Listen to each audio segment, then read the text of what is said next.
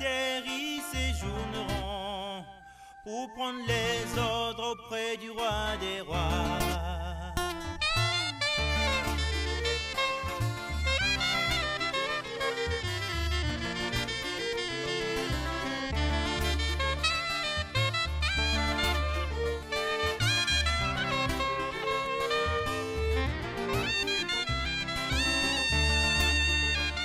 La cité sainte de Nkamba est le siège de la paix mondiale. Télévision Kimbangiste, Ratilki, bonjour. Tozana esengo mingi na bokutani na biso na kati ya plateau oyoyo na tina nini tolandaki maye oyelekaki la mission oyo qui a été intitulée l'impact de la politique sur le kimbangisme ou vice-versa. Après débat et développement de notre papa qui est le consultant de l'émission Kamba Centenaire, on s'est rendu compte qu'il n'y a pas mariage entre la politique et le kimbangisme. Parce que Papa Simon Kimbangu, selon le dire de notre frère Papa Nzouzi, il a donné des orientations que chaque politicien, quand il entre en scène, il devait revoir, faire un rétrospectatif des choses pour voir que maintenant, est-ce que réellement il y a eu un manquement pour mes prédécesseurs. Donc, dans toute civilisation, c'est comme ça qu'on corrige les passés. Donc, et c'est mon avis, c'est qui était, tout là qui s'y a montré faille zalaki mingi na likamboana ya on monaki non, il n'y a pas eu impact de la politique sur le kimbangisme ou vice versa. Papa Shiga, bonjour. Bonjour Papa Peggy. Na caméra to sengi pana yo mais kotala kuna na yebite soki likambo moko, on a oublié quelque chose, c'est ce qu'on a lancé. Makamni so nous etalio obeko lobela biso ndenge ni to omoneli yango ndenge salemaki tant suli kambo moko to mibale ezangaki na émission de produisaki vendredi dernier. Merci Papa Peggy. Na émission to salaki sur l'impact de la politique congolaise sur le kimbangisme, on a presque tout dit. Donc, on a dit qu'il y a juste une interférence qui se passe entre la politique de la RDC et le kimbangisme qui est la nouvelle civilisation, du nouveau monde. Parce que le monde a calcé Kenda. Le monde a sikaseye. Parce que quand on parle de la nouvelle Jérusalem, on sous-entend qu'il y a aussi une ancienne Jérusalem. Effectivement. Alors, comme il y a une ancienne Jérusalem, comme c'est écrit dans la Bible, ça a été complètement effacé, anéanti. Oui. Donc, Jésus-Christ lui-même est venu créer la nouvelle Jérusalem à laquelle il sera lui-même le grand bâtisseur. Le grand bâtisseur. Merci Papa Shiga, je pense que Topesi, moi, Lilo Bapa et Papa Nabiso, Amiko Nabiso, qui est en tout cas une bonne partie a été dite. Donc c'est à nous de revoir tout à l'heure. Et puis s'il y a des remarques à faire, vous les ferez par rapport à ce que vous allez écouter. Et s'il faut rajouter, on est ouvert. On a Bani Nabine surtout, Bassi-Gestion surtout, aujourd'hui, Papa Shiga, nous allons parler de l'influence du kimbangisme sur les royaumes Congo. En particulier, quand on parle du Congo, on parle de 3 nations. Bien sûr, le royaume Congo a été une étendue qui allait vers le Gabon et les autres, le peuple bantou. Mais aujourd'hui, le miroir de ce royaume, c'est la RD Congo. République démocratique du Congo. Est-ce qu'il y a une influence? Il y a une influence du kimbangisme, c'est l'évolution dans les plans, dans l'espace-temps. Est-ce que l'impact des années Penza au kimbangisme, banda 1960, c'est pas l'impact. Donc l'influence des années, entre le kimbangisme na kati ya mboka na biso. Tous influents, ceux qui on est réellement influents, c'est par rapport à quoi? Qu'est-ce qu'on a fait que le Congolais peut se réjouir que non, le kimbangisme il a été socialement, il nous a aidés dans ses plans, ou encore spirituellement à Salisi Biso Nanino. Donc, pour commencer, c'était ça. C'est ça. Merci Papa Peggy. La question est vraiment pertinente. La fois dernière, nous avons parlé sur l'impact de la politique congolaise face au kimbangisme. Et aujourd'hui, tu viens encore de me reposer une question qui est vraiment pertinente. C'est comme le verse. Hein? Oui, je vois. Donc, si je peux expliquer comme tu viens de le dire, l'influence du kimbangisme face maintenant à la politique congolaise ou à la société congolaise. Voilà, c'est ça. Voilà, tout à fait, il y a une influence. Tu sais, la fois dernière, j'avais défini le kimbangisme comme une nouvelle civilisation, une nouvelle méthode de gérer toute une société, de gérer tous les continents africains, de gérer tous les pays congolais, de gérer tout le monde entier. Le kimbangisme. Comment? Donc c'est une nouvelle civilisation que nous, les kimbangistes, nous allons imposer. Et le monde entier suivra les kimbangistes. Parce que Dieu, que nous appelons Papa Simo Kimbangu, c'est lui qui a créé ce monde. En complicité avec son Fils unique, Jésus-Christ, qui est venu pour la seconde fois en Kamba, le 25 mai 1916, à la personne de Papa Dialungana Kiangani Salomon Paul. Ça aussi, c'est une influence, hein? Mais voilà, mais c'est ça. Alors, la question que tu viens de me poser, là je te dirais, on va prendre ça sur 3 volets. Pour on va pas s'éterniser avec la langue de Molière. Parce que cette langue, bientôt ça va disparaître. Là, vous allez comprendre à quoi ça sera l'influence de l'église kimbanguiste.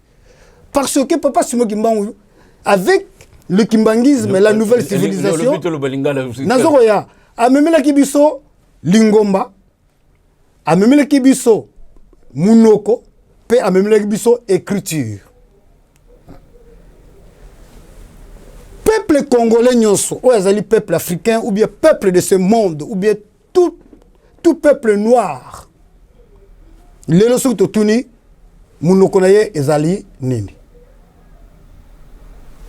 Oh, tolobaka lingala, oh, tolobaka créole, ce qui... Non. On est partout. Non, on est partout. Donc, ezali munoko, le tokomi ko adopté, yaba mindele, ba kei, ba tikili bisongo, l'anglophonie, la francophonie, ezali minoko ba paya. L'usophonie. Ozomona. Donc, biso photos zalana, oya biso, oyo papa Kimbangu lui que munoko moke kotikala, c'est le Kikongo. Kikongo ezali munoko ya Congo. Ozomona. Alors, lelo, biso, ba congolais suite aux français, pour batikile biso, donc toza sous l'aliénation mentale. Mikole Koya, avec le kimbangisme, le français n'existera plus. Nous allons tous parler le Kikongo. Ozomona pas Peggy. Mais les lots, parce que... Pas Peggy. Pas Peggy, ton comme le besoin Souka. Aujourd'hui, je ne peux pas tout dévoiler. Je dit que Mikole Koya, tu as une mission beaucoup exalake. Oui, et que vendre ce macamounio, surtout origine, il y a Congo, pays à Mokili, Nakacha Mabele ou Tozanango Lelo. Alors, donc, l'influence, pour te dévier, l'influence du kimbangisme face à la politique congolaise, on a 3 volets. Premièrement, le volet spirituel. Deuxièmement, le volet social. Et troisièmement, le volet économique. Ce qui te dit na volet spirituel, Nzambe aye ko vanda na kati ya Congo. Mais les Congolais sont pas IBT. Parce que les Congolais, ce sont des gens, ce sont des... les Congolais, c'est un peuple distrait. Distrait. Donc, les Kambo Mundela Loba que nul n'est prophète chez lui et il y a un Congolais. Ils ont place au monde. Ils ont place au monde. Oh, Congolais, le lot a couru Gozala sous catholique. Ah oui. Congolais, le lot a couru Gozala protestanté. Congolais, le lot a couru Gozala musulmanté. Congolais, le lot a couru Gozala salutiste. Congolais, le lot a couru Gozala évangéliste. Automona Kabinzambi. Parce que ce sont des religions importées. D'autant qu'il y a qui n'a colonisé bango. Ils avaient un objectif. Parce que les catholiques, les protestants, les oui. Catholiques, c'est ça le protestantisme. Bakendaki na Christophe Colombo. Pour que nous sommes mabele à Amérique. Bakendaki dévaster complètement l'État abendien. Ozomana. Alors bakendaki kuna protestant et bandaki kuna. Protestant kuna sous bakaboni na bango bayo bimsa évangéliste.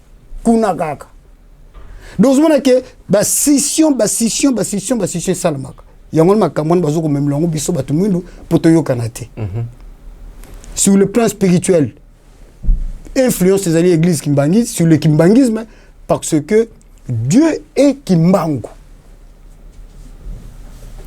Nzambe baluka na mukili, c'est ye wanda tata Nzambe. Oyo Daniel a monaki. Pe oyo Daniel a répondaki na Nabucodonosor. Nzambe na yo azali nani. Donc Papa Chiga, Papa les consultants, sans que na kata mutuna na yo, bien que Papa Simo Kimbangu ye kolo mboka, ba Congolais ba yebiete, mais na Nzambe na ye azoko battre la bango kaka. Il continue à les protéger. Mais bien sûr. Papa Kimbangu azali Nzambe ya Moyindo, azali Nzambe ya Mundele, azali Nzambe ya mukili mobimba oyo. Tata Kimbangu. Mon frère, biso ba Congolais so toleki ki mayele. Soki tozalaki mayele biso ba Congolais. Nde lelo toko souffrir boyete. Lelo ne toko ko souffrir te. Ozomona po Nzambe wa asala mukili azana kati ya Congo. Tata na biso. Papa Peggy, je vais te dire une chose. Mutumsa golba ke Nzambe avandaki ou bientôt donner na Turquie. Parce que ce tel na Bible balobi boye bateau ya Noé tango ya Kostaki na montagne moko volcanique o babengaka Arara. Na Bible comment? Mais en réalité bateau ya Moïse et à Kostaki wapi na banana. Banana yali na côte ouest ya RD Congo. Mutazana na Pointe na azoko mona. Mutazana na Kabinda parti Angola azoko mona. Donc Nzambe avandaki bateau et à Kostaki wana et pai dibota e bandaki dibota Noé e bandaki ko sala musala na yango babimaki wana kaka pona ko lakisa que Nzambe azana Congo pour mukili nyiso yaki nongo kufa. Tout ça qui est mission na yote. Oui, c'est comme ça. Autre dit que tata Nzambe saligaga Afrique. Dieu n'a pas créé d'autres continents. Dieu n'a pas créé d'autres continents. Même un continent monsieur utaki wapi. Voilà la grandeur et la spiritualité oyo ezali na Papa Kimbangu. Et Papa Kimbangu, Papa Simo Kimbangu Kiangani a posé une question. Na rêve. Na lali na ndoto na ngai Papa Simo Kimbangu Kiangani ayo retourna ngai alobi na ngai ke pourquoi na mokili oyo ba continent nyoto te banda na voyelle. Na lamuki naza na mbeto. Na tuni bamuta na yite suna tunaki Papa Tony, na yite suna tunaki Papa Georges na Papa Ntiangani. Na tunaki bango sûrement. Babi yom toloti noto. Mais je me suis déplacé, na voyagé na Ketinkamba, ko tout na yemo ko papa Simo Kimba Onkangani. Il y a na tuni ye vite boye ngana zaki na mwana nanga na fils na mwana nangai. Na zalaki na mama Mutanzuzi wa Lutendele. Paix à son âme. Na moi na moi si maman Francine Mouilo. Na tuni ye papa na lali na zo lota yo ye ko yebisanga ozo tunanga question oyo. Pona nini mukili oyo ba continent nyo tuté bandaka na voyelle. Et monde ezaka na consonne M. Papa Simon Mbanga a télémi avant de télémi à lui. Kende osala ba recherche. Ce qui n'a eu ko tuna yo pour na ligne osala ba recherche. Pour li kambeza ko kangama wana. Papa Peggy. Mais tant on a bimi to côté na kata jupe. Nazaki na clé USB moko ya musique. Mbala mo tant to chango kaka. Nzembo ezo yemba oya nino yo. Tango na tonga kimo tango na sala kimo kili lo post mo yindu na sala ki. Nagi ko sala kaka na sala ki Afrique. Buya Vangenza. Oh. Réponse na na joki yangwana. Mais tu ko sala mission yo. Mais réponse eza penza nini ote ce que yo la kisi biso ngote naibi ke réponse yebisi biso ke nzambe c'est mais nazoko ya parce que na lingi ko frôler ko kota na détail na kata muzindo likambute pour nazo la saga spiritualité o eza na kata Congo po ya papa Kimbangu ozomona c'est le seul continent où tata nzamba salaki et pas ya yiki ko bomba moyindo o ya bengiye Afilika. To bombiye na Afilika. Ba pays mususu to ba continent mususu to mona oyo ezalaki na soubassement ya océan. D'autant mai kaka ya déluge ya Noé et qui dit profondément mabele oyo ezalaka na sena ba montagne ezalaka na se ebima likolo. À l'heure actuelle coup de sokoke na Amazonie na nino na États-Unis okomona ndake mai ya Mungu ebani ko bima na ba désert. O ezaki océan et bani ko bima nango. Donc kala mingi te ko zala ngluti. Ya wana biso ba congolais o tozo lande mission oyo. Tout se préparer parce que tozo en Afrique ngonga yango. Tozo ko prévenir. To banda ko bonga mamuke muke tozonga. Parce que papa Mbango ko sala likamuna ne sala mate. Akozonga sa mukilo wa 0. Mukilo fa zonga 0. L'Afrique restera l'Afrique. Et ba koko to ba kende ko ya ou bazana poto ba mindel msupo ya na bango ozomona wana na premier aspect ya spiritualité deuxième aspect ya spiritualité tu ne peux pas imaginer un seul continent qui est au milieu du globe terrestre et le pays qui est au milieu de globe terrestre entre le méridien de Greenwich et l'Équateur c'est la RD Congo.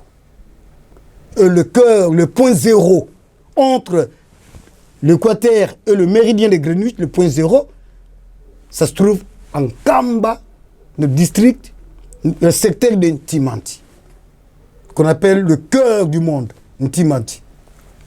Vous voyez? Alors, Papa Peggy, on a un point spirituel. Ouais, Tata Nzambe, Azor Lakisa. Troisième aspect spirituel. Ouais, Tata Nzambe a lakisi na biso. Tu peux pas imaginer. Bapolo 11. Baké au monde dans l'ikolo. Na lune. Pour une connexion na lune té. Si ba explorer déjà. Hein? Si ba les gars déjà. Bon, si ozo na Mars, ba liba s'installer na Mars comment? To kolaksa bango kimpa. To kolaksa bango kimpa. Mbaloyo. To laksa bango siko miracle mususu. Parce que mon kilo papa Kimbangu contrôle ngo jour et nuit. Zolanda. Zolanda yo. Voilà Papa Peggy pour te s'éterniser na point spirituel. Papa Kimbangu est Dieu. Dans son influence ezali sur le plan spirituel et na rejoindre yo ndenge lobaki na émission la fois de ya uti Olanda alakisi ke papa consultant alakisi biso ke Kasavubu ndenge akotaki le kimbangisme ezaki na premier papa qui soloki mtaponaki tu es na période ya Mobutu yemo a déclaré en 1958 tu es na période ya Kabila pe oyebisaki biso ndenge à côté laki petit Kabila oyebisaki biso pe akenda kuna balobi ba pesa ka eloko pa ya mutu oyoyo aye kuna kaka papa Tshisekedi tanga yende to monaki ete bokoti na ye ezalaki penza na nini ote odira zaki na planté mais tant to landa ki maloba papa alobi ete patience na bango yango nde mutu et boti eloko wana entre temps yebisi biso ke dans tous les Congo, bah colonie surtout avec influent, bah langue surtout ezui. Donc papa Simon Kimbangu a fait son travail sur ce plan-là. Là, on est parfaitement d'accord na point wana que le kimbangisme a été influent sur le plan politique. Bon, mais et là que ça l'Arabie se passe, papa Chiga na peut-être que le bilan ndenge nini. Parce que au moins papa Peggy peut na question tenu l'influence tout le but spirituel parce que ouais social il y a moins to intégrer politique peut-être okende politique na kati économie social na économie politique à vendre na kati mais politique a ko vendre na spiritualité et simbaté et voilà et ko simbaté il y a un qui impact des élections et ko simbaté parce que muta pesa ka pouvoir na muta sala parce que vous savez le pouvoir politique c'est tout un mandat qu'on confie à une personne pour diriger une société, soit une entreprise, pour le pouvoir. C'est un mandat. Si on te confie ce mandat, kocha bunzoto te. Ndeki tolobaki que mbalelekaki roi David achaki bunzoto. Ti akende ko déconner. Ozomana. Là, le problème est là. Oh, muta spesa ka pouvoir nzambe kaka. Nzambe ba lukaka na mukili nyonso te azana Congo. Ozomona. Pape Jean-Paul II à Lobango. Jésus-Christ est africain. Est né au nord de l'Angola en 1916. Pape Jean-Paul II. Et Zali na Jeune Afrique numéro 181. Bon, continue à Google, bon Lukakaka, Jeune Afrique numéro 181. Bon, comment on n'a pas Paloba. Nazana la référence on a tout. Mais moi na de vous na de nos beauté parce que livre ça ne pas éditeur. Ce qui n'a bani ko misango, ezanit na funguli jama comme livre. To bombi on an. Makamba astronaute, on va kutana ki Apollo 11, ezana kacha livre e go bima. Moi to bimisango na bo ezate. Pour to boy ko bimisa ba vérité avant to pesa avant goût. To boy li kambwana. Alors, wana ekoya après social na politique et côté na tango to le blanc économie. Mais le cambo le rappel oyeko sala o makambo ke ba tutu ba minoko nyonso tu wana et jujui ki bo konzi Congo tamboli na 4 coins ya Congo, c'est tout à fait logique et normal. Selon prophétie, il y a papa qui mbang. Selon le vouloir, il y a papa qui mbang. Papa qui mbang a l'anglais qui n'engwana. Mais et après, ne papa dire dans zoloba. Et après, qu'est-ce qui viendra? Non, mais sans vouloir qu'on katayo la parole, moi, il y a une question qui me chagrine. Quand je vois que chaque président Sokaye, on a tendance à Yakobeng, on l'invite en Kamba. Ça veut dire quoi? Pour nani bo invite à Kabango, aya Nankamba, on dirait boya ko la Kabango que maintenant il y a quelque chose qui s'est produit ici. Alors Sokolingo réussir, n'oublie pas comment ça dans la haute. Na ebiti ceux qui aux ulamon anglais ni. Papegui, normalement, politiquement, toute autorité politique, ceux qui continuent à pouvoir, à Lukaka, Mangomba. Première el bosso salaka, Mangomba. Parce que Mangomba, ils allaient opinion moko spirituelle, na katia nation nyonso. Ce qui au sololi na bango, pesani accord, au lakisi bango projet politique non dengi beaucoup travailler, ici le pays. Mais le cas au contraire na katia Congo. Ezagani wanate. Ezalaga okena na lingomba na yo, soit tu vas na yo pe na ndako. Mais biso na église kimbangiste, to invite à kate. To pesa invitation te, bango moko bayaka. Mais si, le président a été invité. Bien que yoga nazo yebisa yo, papa Peggy. Bien nazo yebisa yo. Dans l'église kimbangiste, mi be kwa liboso ezali kotosa l'état. Pour papa Kimbangu tanga bandeki musala na ye, azoki permission epai ya papa Mvuti. Moi qui n'ai pas akeno mona ye po ye mukola mabele nzamba miketisi akiko senga mabele na contre wana ya papa Mvuti ke na ina banda musala kolo yo sa pesi ngai ba pesie mabele mais lelo papa ba président tout bayaki na pes to zonga na muke oike soki na tele bien na tanga kasavubu oike kasavubu ayiba inkamba te mais invité qui wapi invité qui ayaki aye muga boyiko ya alors ba invité ko oui c'est là to zonga sou de bango point ba invité qui aboyiko ya je sais pas là parce que au moni tangu tozoko jwa kibo kondi tangu papa Kimbangu ba sombi mabele oyo ba pesa kimbongo na bango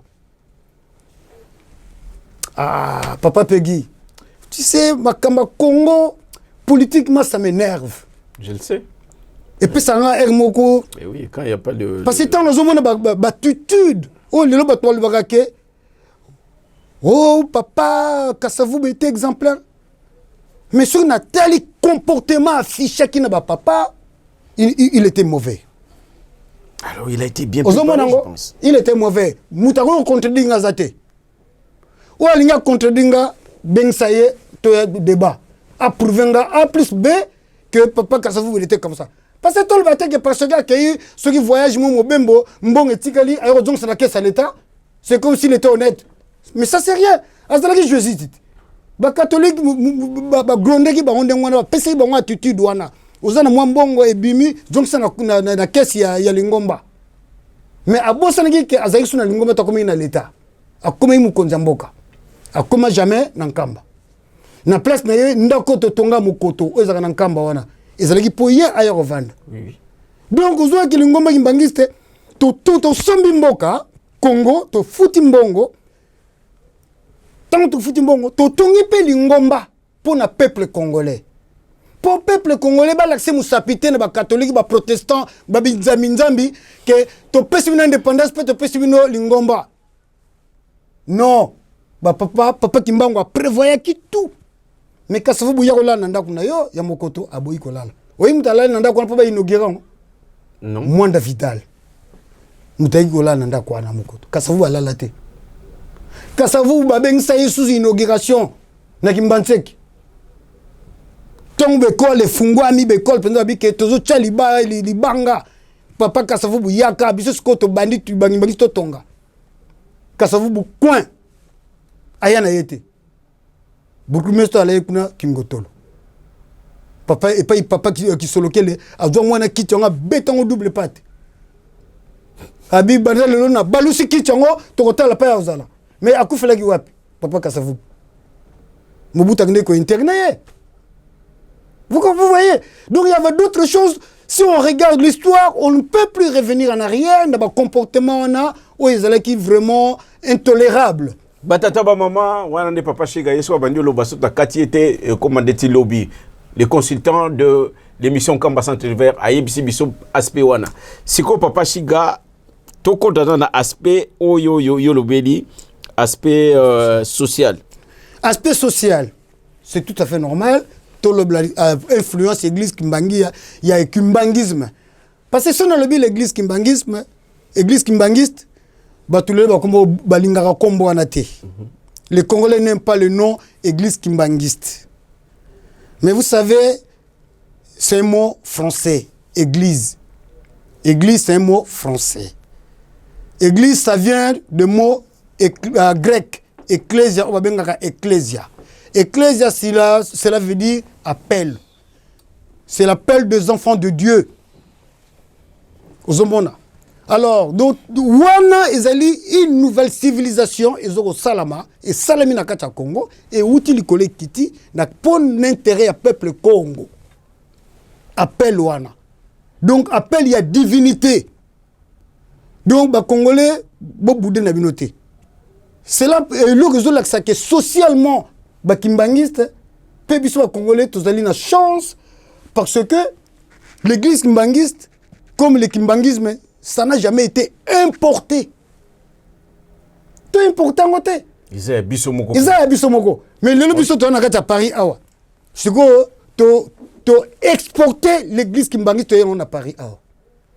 Yangwana je demanderai aussi na ba congolais pe ba kimbangiste to convaincre ba tamboka oyo ba ko ba kimbangiste.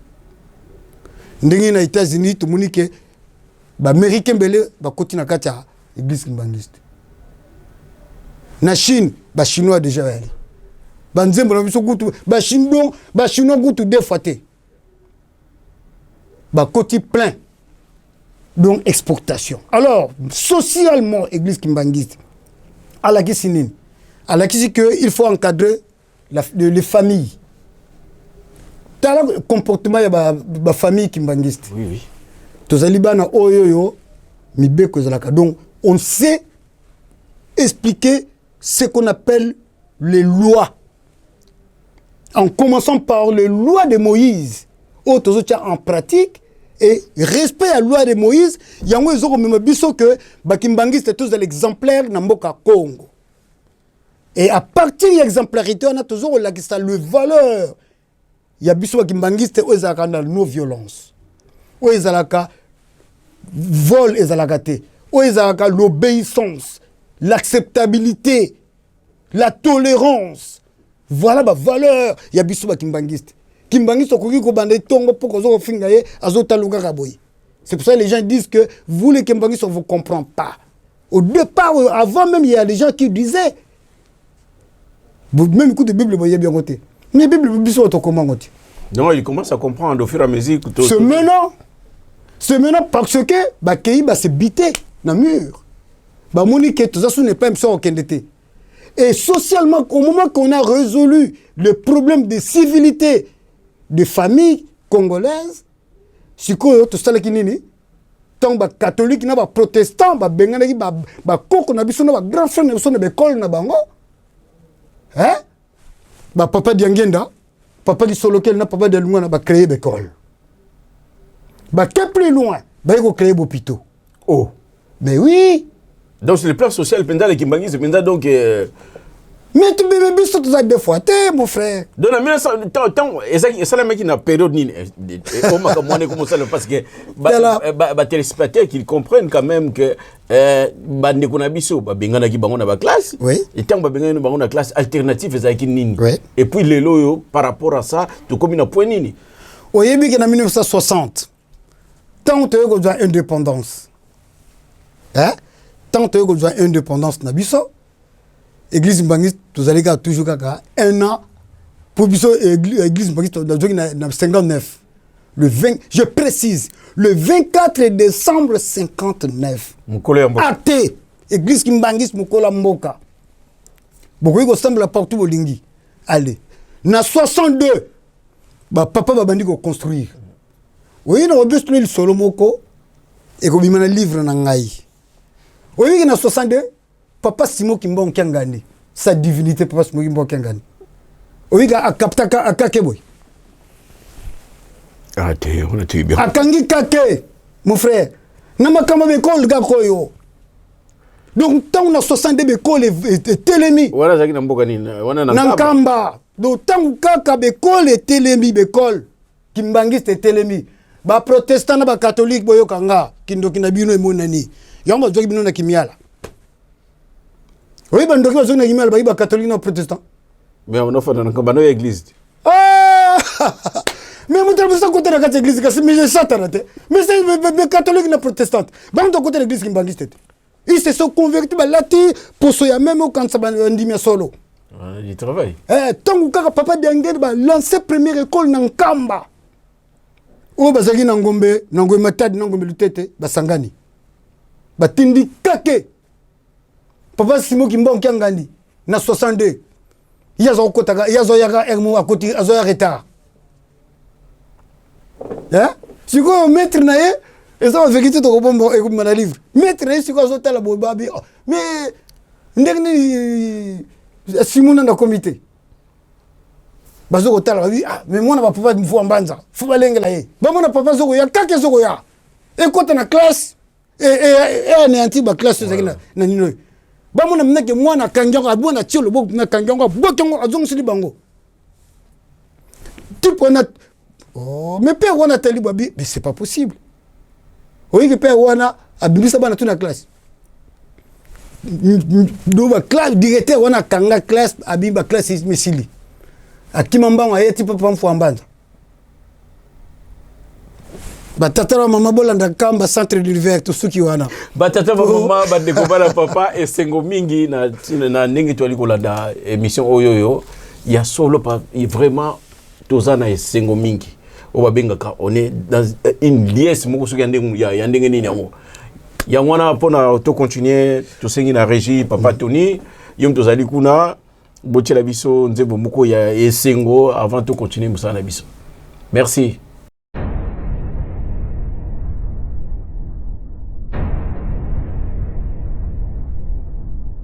Angola sikila nzambi mokutu wake na bututa kwa nzambi sikalo futule makana kala kinaye.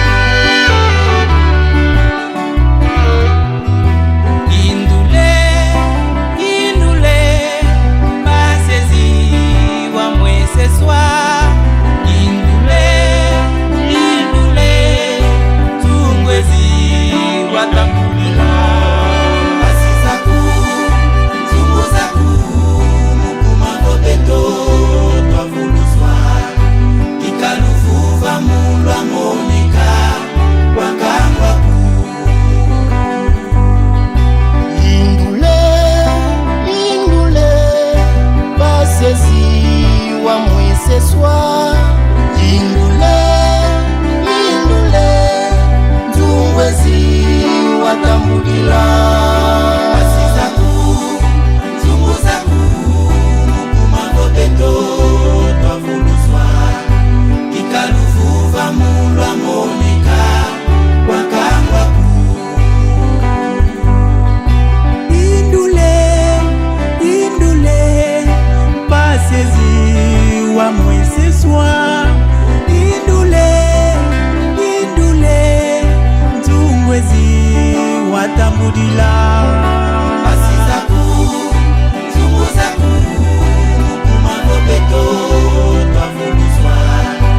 Ikaluvuva mulwa monika, wakangwaku. Indule, indule, pasezi wa moi ce soir. Indule, indule, Nzungwezi watambulila. Asizaku, Nzunguzaku, Mukumando beto, twafuluswa. Ikaluvuva mulwa monika, wakangwaku. Asizaku, Nzunguzaku, Mukumando beto, twafuluswa. Ikaluvuva mulwa monika, wakangwaku.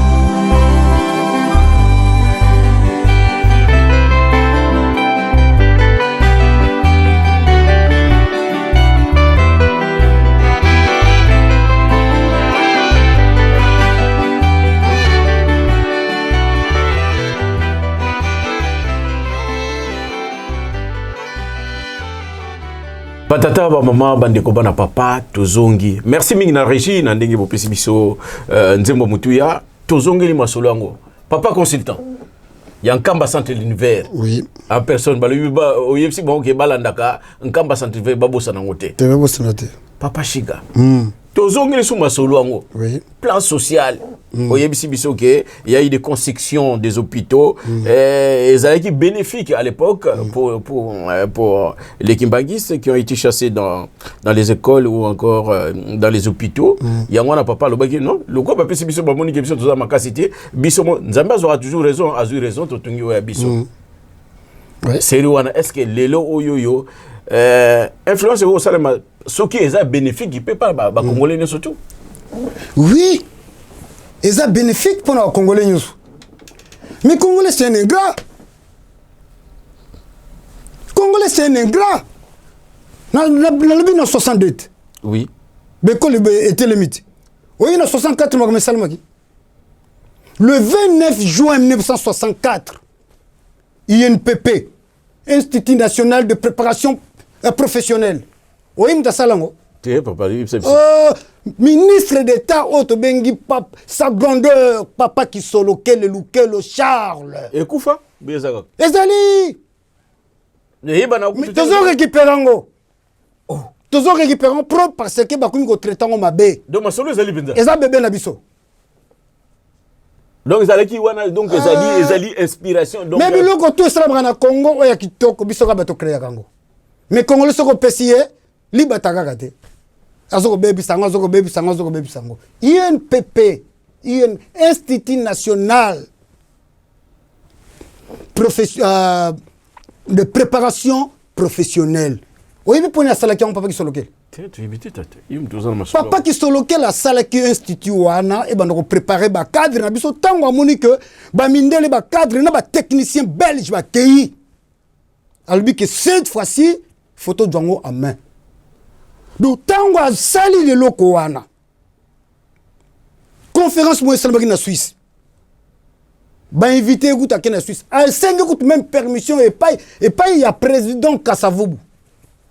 Kokoma Komikuna, il a fait tellement son exposé vraiment exceptionnel à sa grandeur. Mais quoi il continue à Kinshasa. Balbi ah Papa Kassavou, autant que ministre de l'État, même à Kamazo, c'est là danger. Mais cet homme, il n'est pas de ce monde. Mais quelle intelligence! Oui, Kassavou, avant que Papa Zonga a démissionné. Donc, licenciement. Ah. Pour licenciement, ils ont raté, mais attends, on a donc, longoli, papa qui sont localisés. Abi, on a ministre d'État. Donc, demi de ses fonctions. Kassavoubou. Mais quelle ingratitude. Mais on se demande même pas que tango kaka. Quelle ingratitude. Mais oui. Moutou a passé au place à l'objet que non, ngaïté, na tikeliwana. Et pour les pays, il a fait ça. Mais oui. Tata, makambo faut yibanaga. Yango tozo loba, ba congolais botala likambango. Boya ko mutu neti nga matière eza na tête. Bomo na mutu a mukete. Eza na matière. Parce que tant ba tata so azali ko tambola tozo landa wona sima. Mais vous allez me poser la question, nous avons quel âge? Toyebi matière. Ba tikili biso likambo bibliothèque toza nango. Voilà le comportement et monsieur le Salégui dernièrement et impact. Bah désordre yango to le blé parce que ils ont belé surtout le nagabuka ya tata moko président liboso surtout le nami balé désordre tout le monde a mis ça tout kutu ko ba pesute puisque ça qui manipule nkamba yango ngol biki to ben sabon nkamba. Voilà sur le plan social INPP to vendre on a 64 tant to vendre on a 64 bah papa va arrêter on a té Mobutu a aussi le coup d'état. Tant à cela le coup d'état. Quel était son projet politique? Vous voyez que Mobutu n'a qu'un qui même na Chine. Est-ce que c'est une vocation, est-ce une volonté? Non. Ndi to bagi ke awa makamba basalongo tolo na tobo la domaine de l'Antsele mutu ta sala projet domaine de l'Antsele. Vous voyez que c'est un bangiste lelo awa azane akomani na nina ba juif. Mutasala projet wana domaine de l'Antsele. Aza mwana nkole. Vienne soumwaza awa na nino na Lille. Avec idéologie, il y a papa Diangenda. Alexis Ndi osala mbokamo. Mais matambazalite. Yepega dozo mona ke idéologie yango ememi susu ti le lozo kota batu bazoluka ba ficelle wana po ba kota tini makama bukanga lonzo. Ne ba échouer. Pourquoi ne ba échouer? Parce que ils nous ont pas consulté les Congolais. Venez prendre des matières sur le plan social, économique, scientifique. Biswa imbangis tozana yango. Tozana yango. Ozomana social la biso déjà ne kendagi. Sikoyo papa Peggy. Eza belé social là. Oyo influence ya kimbangisme. To longwe to kota sikona économie. Et là on est tous en train l'accepter qui ne toujours connaissent. Oyo mutu penza ko vivre bien parce que l'économie ça là qui est mutu à vivre à ça na facilité à vivre bien. Tout à fait. Ils ont boni côté kuna. Au moment où l'économie est salami, tant où l'église imbangiste a eu vendre ça, ni l'économie. Parce que l'économie, papa Peggy, il y a la plage un peu belé na katuana auto bengaka.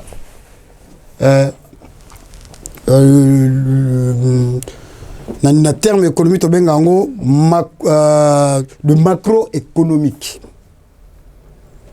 Dans le macroéconomique, donc ils ont la situation où famille, un individu, un particulier ou bien une société, à connaître la production où à mon net non pas exemple niti to juniti maman moko boye abinga na teka fufu na ngai.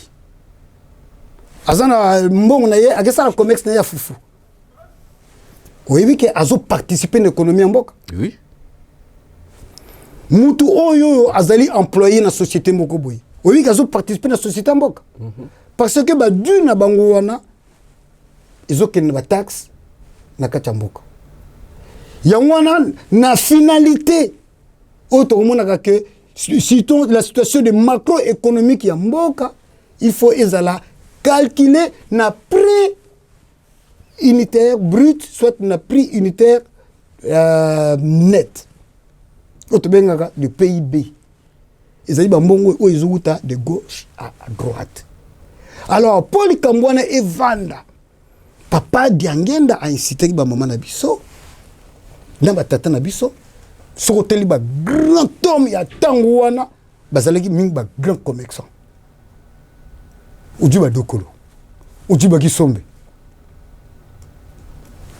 Ti Mobutu kuta récupérer ki bango. Atie bango pembe na bike ceux qui l'économie ya Zaïre zo tourner pour ba type wana. Ba créer ba banque. Ndombe a créé banque. Dokolo a créé banque mutu mwindu. Mais lelo tala Congo to commission. Indien bo pesa a chara au banque. Ama bebi simbogati.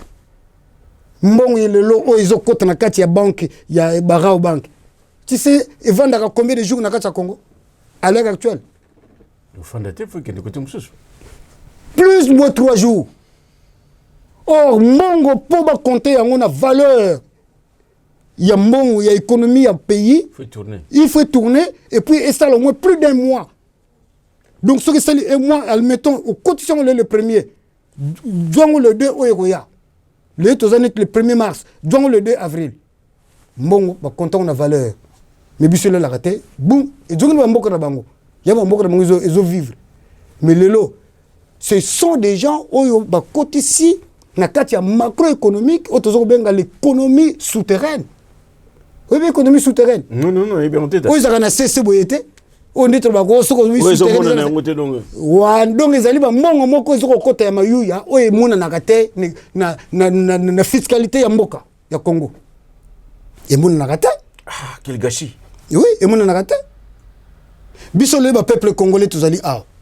1. Tu utilises Western Union. RIA, MoneyGram. Est-ce que ça a biso? Ça a bisoté. La commission, ils ont otika. Pas na bango. Ba mongo, ils ont kota na kati ya Congo. Ils ont kene na ba boutique na bango, na ba magasin na bango. Bango tang ba zoko douambongo na fin kaka ya journée. Ba tient na banque na bango. Deuxième jour, troisième jour, banque na bango douambongo na bango. Atini na bango. Na surkissan na bango à l'étranger. Biso na Congo, tout na rien. Ozomon, tout na rien. Alors babilo quand papa ba incité qui économiquement ba maman va travailler, ba tata va travailler, ba commerçant, ba presque ba peine surtout ba commerçant. Économie za ki tok. Ozomon, lelo ta l'économie na niveau comme lui. Pas si. Mais le sauveur n'est pas loin. Là où il y a ces enfants qui sont en détresse. Otobengi, sa divinité, Papa Simo Kimbo Kiangani. Ah, il y a une nouvelle formule, mon frère. Somo. Papa Simo Kimbo Kiangani. Ah, il y a une nouvelle formule, mon co. Mais tu dois comprendre, ah, il y a quoi accélérer si tu l'as nato. Beaucoup là. Et ça n'est pas seulement parce que bandi pelé l'autre colonne beaucoup là. Tu l'as beaucoup là. Papa Dengue donc a check pe structure mususu oyo et zalaki dans sens wana pour na évoluer dans sens économique donc Papa Dengue a fongolaki ba site moko ya agroalimentaire et agriculture pour permettre que tous en le côté. Oui. Ezalaki nengwana na Kunjulu na Congo Brazzaville au Angola au na RDC tout ezali donc abanda ki déjà biloko ezalaki mais lelo formule na ezali nengwana te ya SKK otobenga kaye sa divinité Papa Simo Kimbo Kiangani suka na masolo formule ezali nengwana te parce que l'homme vit la conjoncture actuelle même mutakumo sambela mutakumo ne peut escroc. Donc, biso ba tutolina biso ko comprendre sous situation zote. Mutazulu ke biso bonheur. Mais okoyo ka sola mbongo te. Place mbongo ezali olingi kende obokola rien. Yangona siko ye azali a concentrer ba situation ndingi Papa Diangela pesaki ba misala na batu bozala ba commerçant bozala nini mais le biso to ko ba agriculteur. Tout kimbangiste akomi kolona akomi kobokola. Mais attends, on est allé bongoté. Mais sur le formule, on a pesé na maoche tout. Oui, Mao Tse-tung pour faire développer Chine, c'est là qu'il Mao Tse-tung a kangaki au moins d'école pendant 5 ans. Oh, à bloquer. Mao Tse-tung a bloqué l'école. Il n'y avait pas des universités. A bloqué tout à l'époque de Bazamba. Baloni, tout ça. Après, a fongoli l'université. Tant a fongoli bango, allez, mbalmo bango, allez. Bimi, bake ko yekola partout. Yango mona ka chinois soka kene sika. Ko yekola yebike, na tiki makam na mboka na ngai. Fazonga kebde. Fazonga. Omoni? Fazonga. Jewana isalamaki.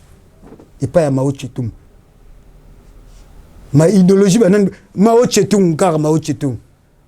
Bazabato, un grand communiste, mais Bazabato, ils ont connu Papa Diangenda.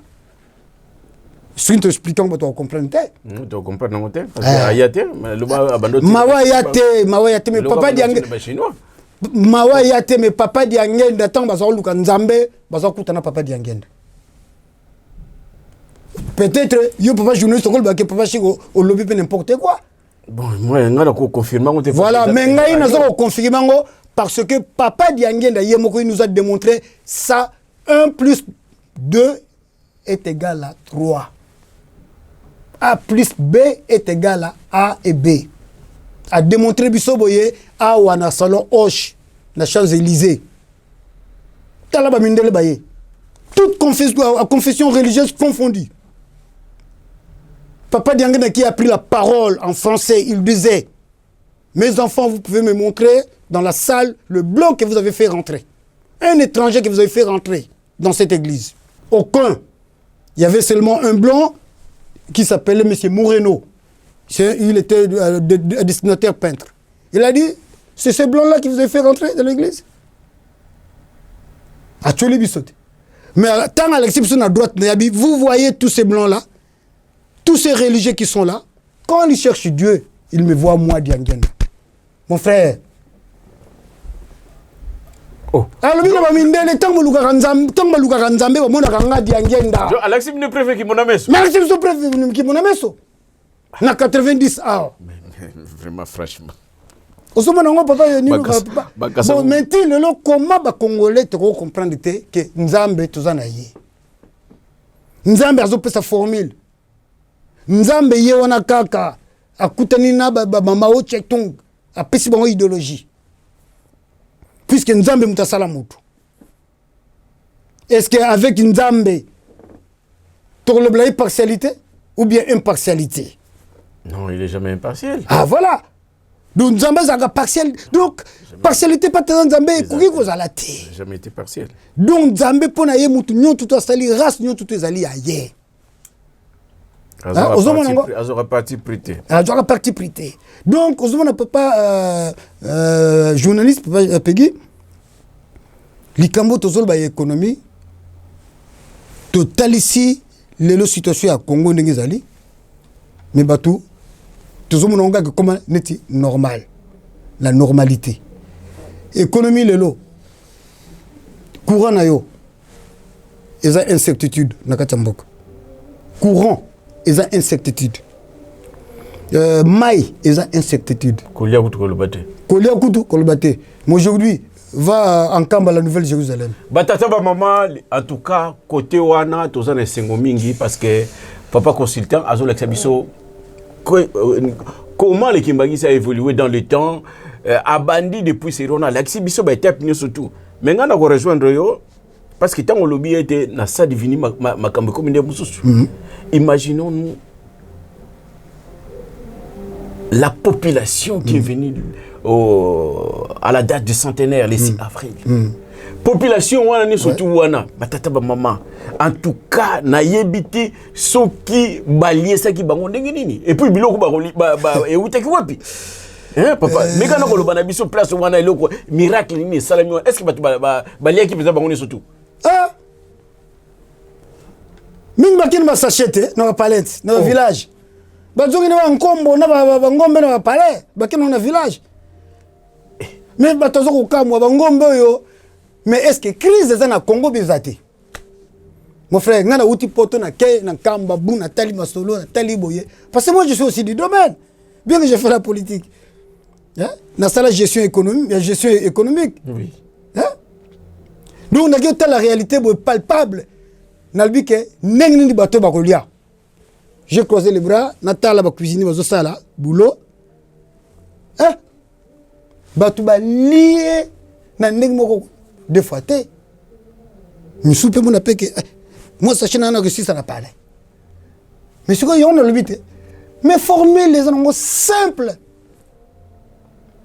Tala tatana mama to tonga yelu selem ya sika. Tolo na to mutu to continue idéologie à tolo na to. Est-ce que développement est ça le matin? Et au salem. Tala na lutende là. Koloba kutete. Grand poulailler. Société mon nene. Donc mi koloroya to fournir donc to lisa Congo mobimba na basoso. Tala idéologie. Tala idéologie à sa divinité. Papa Simo Kimba Kiangani. Ok, et pas il y a conseiller direct Papa Joseph Diangenda Rugen. La transformation. Ok, et pas il y a Yemogo Papa Mfouambanza. La transformation. Mais bien on va transformer les Arabes. On dit qu'il y a comme un stockant. Mais tu comment peut bomba n'était grenier là qui na Égypte. Parce que nous allons les fort. Donc to linda mbundambu to bombi. Makapuzo lubeza ya solo bi. Mais nazo ko yebisa nazo ko fongola yo ngana za mwana ya ndako. Ah. Oli ba grenier zali. Ba grenier zali. Mazo bomba biloko. Oh, mais nazo yebisa yo mon frère. Batata ba mama ba ndeko bana papa masolo izasi masolo nkamba santé hiver azu fongola makamo parce que je l'avais dit na interview moko boye papa Makesa papa Jean-Sia tuna inga ime ndingi nini nkamba ngai sibango nkamba c'est monde à part. Pour rebondir na point wana na gisasa ou bien dans d'autres villes beaucoup mona batu o babengaka ba démini oza na place ko lala te bazali place ko lia ezali te mais na nkambo ko mona yete jamais mutu na nkamba de na habite tension yo mdog tension yo ka déjà qui mutake na nkamba aza na place ya ko lia la te de place ko lala ezali te donc au moins c'est ça la différence. Donc pour vous dire que la formule de développement n'est pas consultée à l'Obiango a été donnée. C'est simple. Copions ce qui se produit encore. On a peut-être dans le bien. On le vit bien. On le vit bien. Mais si quoi vague wana ya kimbangisme et zo compte même les Congolais même la diaspora. Même la diaspora. Dans la société civile moko awa ya bisa ba COSEC aux États-Unis. Idéologie wana tolo na toboko la papa Kimbangu azoko toucher mutu nyonso tout congolais amuko boya na yo po danger zoko ya toko lisa mokili ozomona pas pegi toko lisa mokili donc na yuso ke ba grenier ezali et plus loin pour économie na biso ezala hein fluidité en économie na biso. Nzelezo salama, chemin de la passion. Hein? Nzelezo salama, oyegolunga mbanzangu tinkamba. Aéroport. Ozola. Bon, siko exemple que tozana musée. Musée Papa Simo Kimbangu. Hein? Tala musée wana ngezali. Muta olingala ou États-Unis ya ka otala musée wana. Économiquement, c'est l'argent. Oui.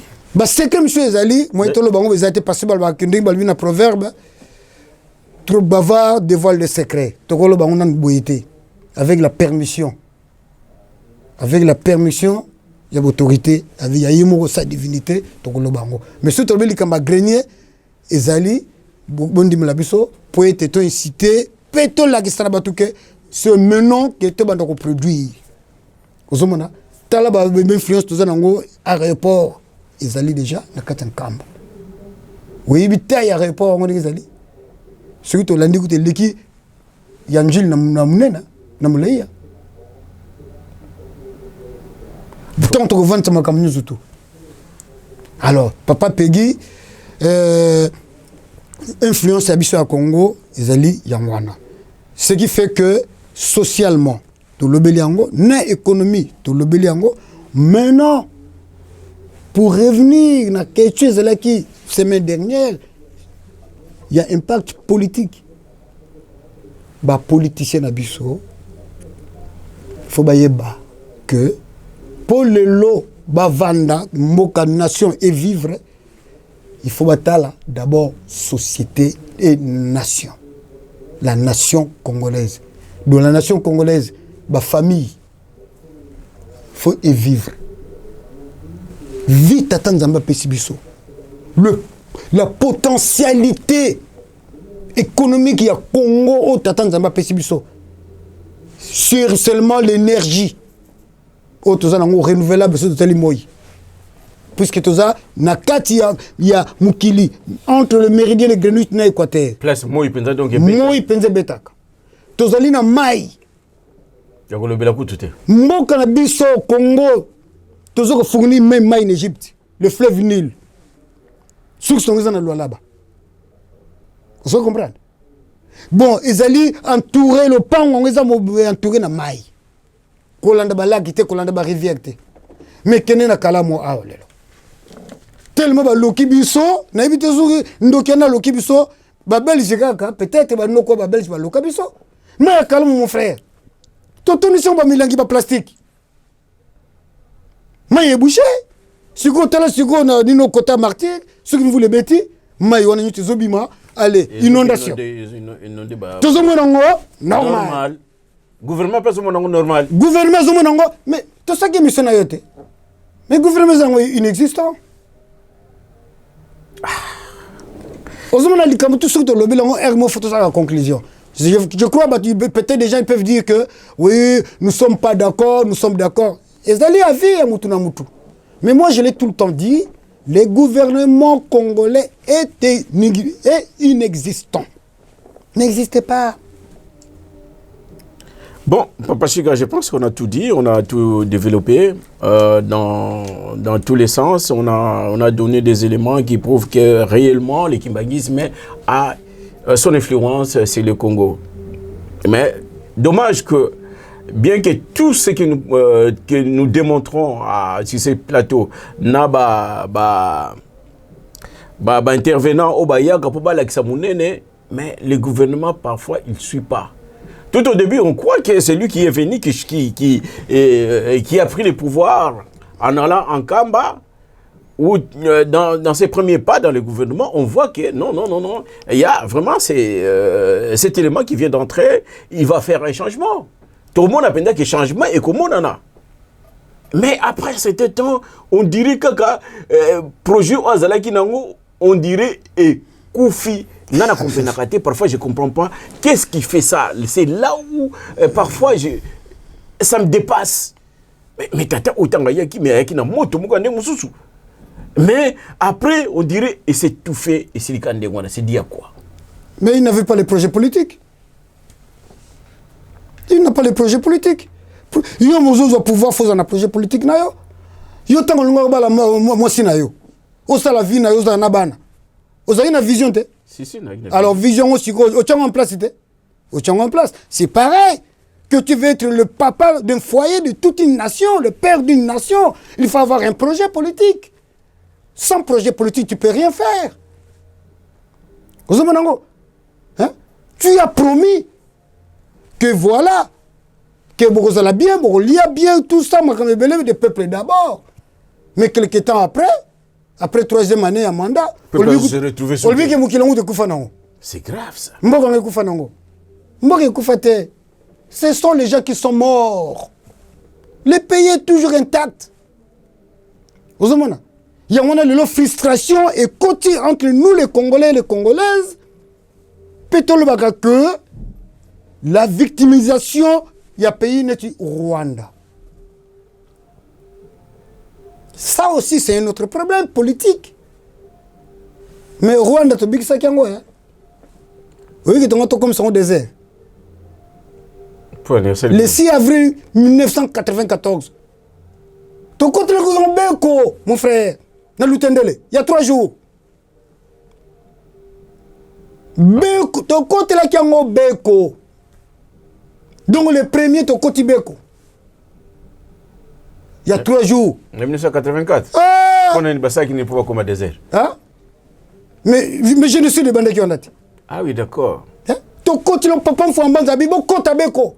Pour aller ton côte à béco, pour te sauver. Nos frères et sœurs, oyo bakenda ki kuna. Kovanda, na mabele to pesa ki bango. Parce que Rwanda, c'est une partie à Congo, RDC. Hein? Nga le son a dû pouvoir nous récupérer Rwanda. Oui, pour nous récupérer Rwanda. Mais oui, oui, pour nous récupérer Rwanda. Oh, mais nous avons ça. Pour aller récupérer. Parce que, bah, Hutu, bah, c'est bah, Ndekonabiso. Mais oui, les Ndekonabiso, bah, partout. Ils sont au Gabon. Bah, Hutu, bah, Ndekonabiso. Au moni, t'as la configuration à Congo, hein. Papa Peggy, excusez-moi, pour nous, que Ngonga Zali Ngonga.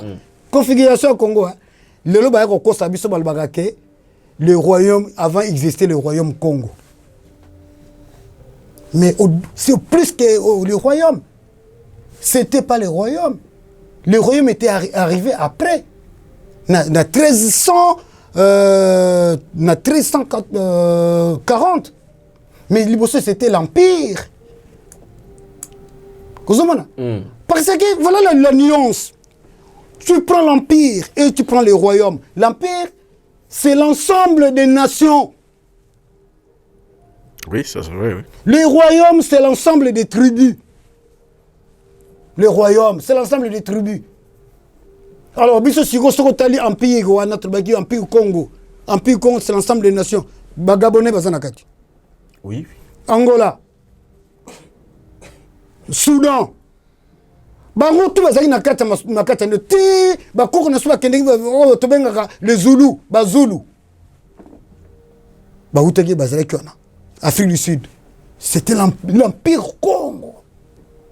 Mais banani bayeki ko kabolango, bayeko ça la dislocation. Ba portugais wana histoire mususu. Na histoire en temps bayeko ça là, to bimisi combien de tribus? Combien de royaumes et bimaki? 4. Toujours les Arabes 4 mboka na biso. Minoko 4. Royaume 4. Ozomona.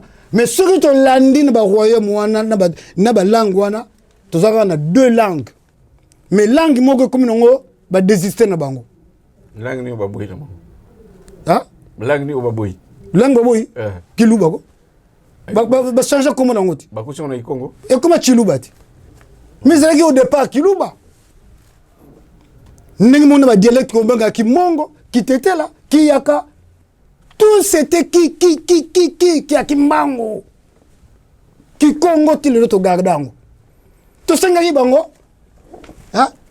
To sengite talaka ne ba changer constitution. Ba yoko zo. Ezaki Kisekedi. Hein? Est-ce que comment c'est que Kisekedi? Alors, ezaki Kisekedi. Ah.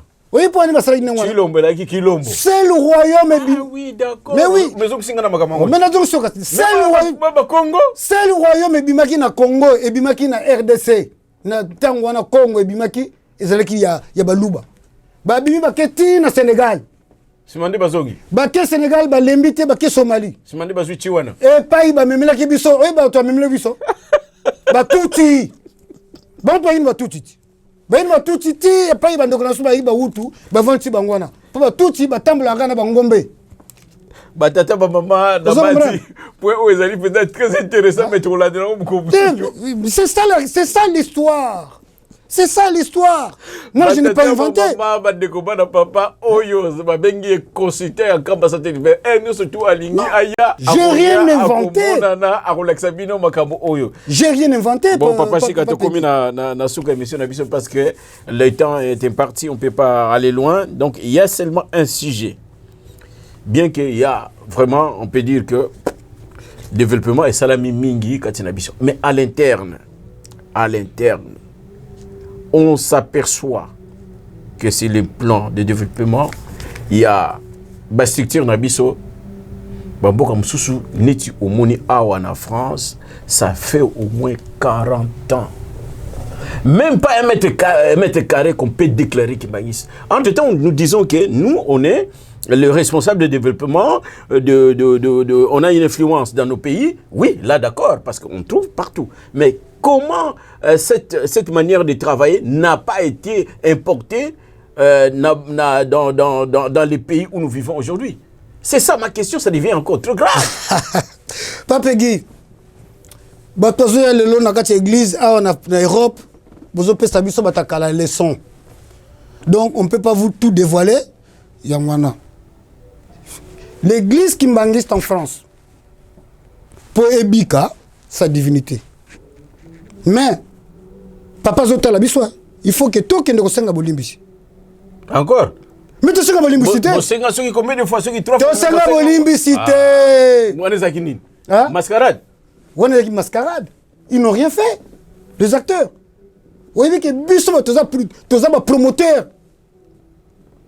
Na habité ce que le blanc monde a commis un problème. Batata maman na bandi to sukisi to ngaki to pesa moi feeling et monsieur Zali Koya parce que nous verrons dans la suite papa Capita ou ya j'étais qui Saint-Ouen Akoya na planning à l'Axabiso mais comment est-ce qu'on peut parler, peut-on dire qu'on est chrétien qui banguisse en Europe ou à l'Occident ici en France? Voilà parmi les difficultés au Tozanango, mais bon, on va essayer d'en parler parce que ce que l'obamité n'est pas le biais, faut que ça ici. Moi, ça me dépasse, mais bon, c'est la réalité. Papa et maman, vous avez été avec papa Shiga, n'a pas au moins 2 minutes pour aussi Samasola, autant sur le Cameroun, après on va finaliser. Merci, j'ai juste un message à passer aux enfants de la famille de relégués kimbangistes. Bana Yankole. Message nazo kopesa bino ga yangoyo. Poete tous à la ini. Biso surtout na kati ya Lingomba. Tokoki ko big s'appelle Lingomba na biso. Ba paroisse na biso ndenge zali awa na mboka ya France, en Europe. Tous à la ini, tous à la biso, tous ensemble, pour être surtout au pesa maboko, na sa divinité, papa Simon Kimbangani, na misala oazo senga biso totonga, parce que bakoko ba moni pasi, c'est grâce à bakoko, c'est grâce à leur volonté, balakisaki na papa Kimbang balingi kotika ete yango lelo mboka na biso edwaki indépendance.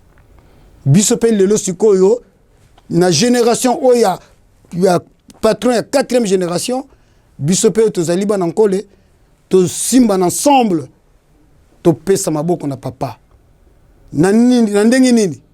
Tozana bana bolingo mibeko pe misala. Na misala tolona to bokola. To tonga ilu selemi. Pour être Tobiki Sama. Tobiki s'appelle Mukili Oyo Bakoko Bamoneli Pasi. Puisque le 4 août 1954, Papa Kimbango Bapesa qui me les 4 coins du monde. C'est grâce à Bisoba Nankole, Topesa qui Maboko. Tolbaki Papa, Tonimi, Topesa Maboko, Papa Kimbango, et pas Ilikambo et Salamaki. Il y a un message partout nous sommes dans nos différentes paroisses. Tozali na papa na biso conseiller papa Jean-Marie Mvouaba.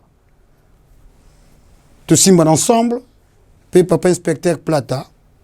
Tous simba ensemble, biso tout na paroisse Tozali poete Nkamba et Tongama. Merci. Message to ngongo ya opesa bino ya bana cataracte le bité le 26 faut bakutana. Oui, bana cataracte pe lisusu ba oyo batangi na mbanzangongo. Ba oyo bazali bandibu. Ba oyo bavandaka na mbanzangongo ba koli kuna o bio lungwe kinchaso ke ko bala kuna. Le 26 tokutana biso bonso ensemble puisque papa Lobi était totonga doctoire déjà na Pemba parce que na Pemba ba usine kozala. O moni likambango oh, toujours que social plus l'économie. Baizine ezoko salama nakata mpemba wana. Donc ba surprise ezoko ya papa Peggy. Voilà bandibu bisotu bano to tangaki na banzango to kuta le 26 mars. Merci. Batata maman, merci papa Shiga, c'est le consultant de l'émission Kamba Santé Univers. Il a passe-partout de l'émission, donc il peut venir quand il veut.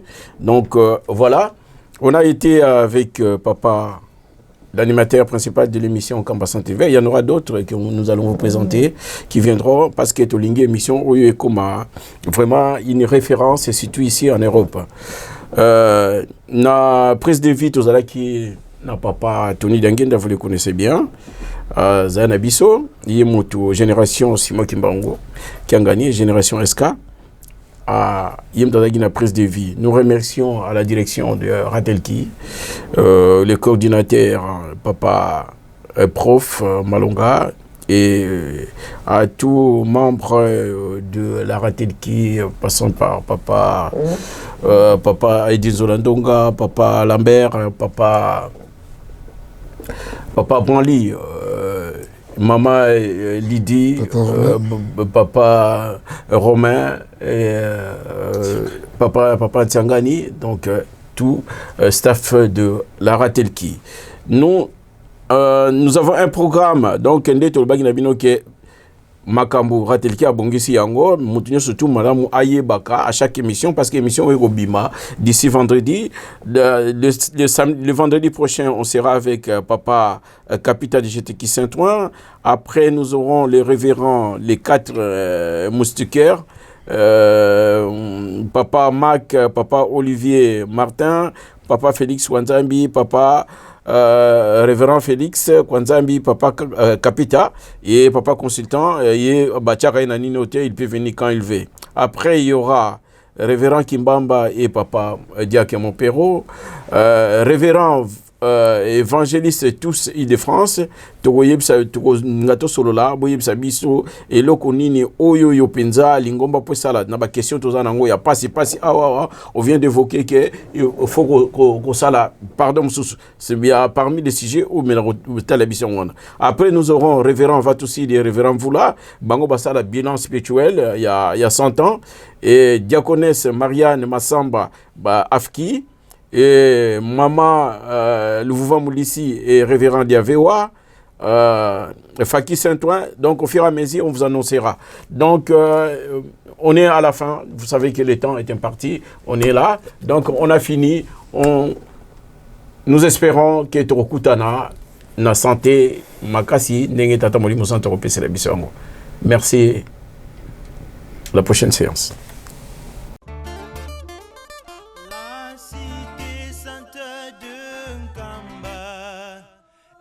Siège de la paix mondiale, tous les rois de la terre y séjourneront pour prendre les ordres auprès du roi des rois.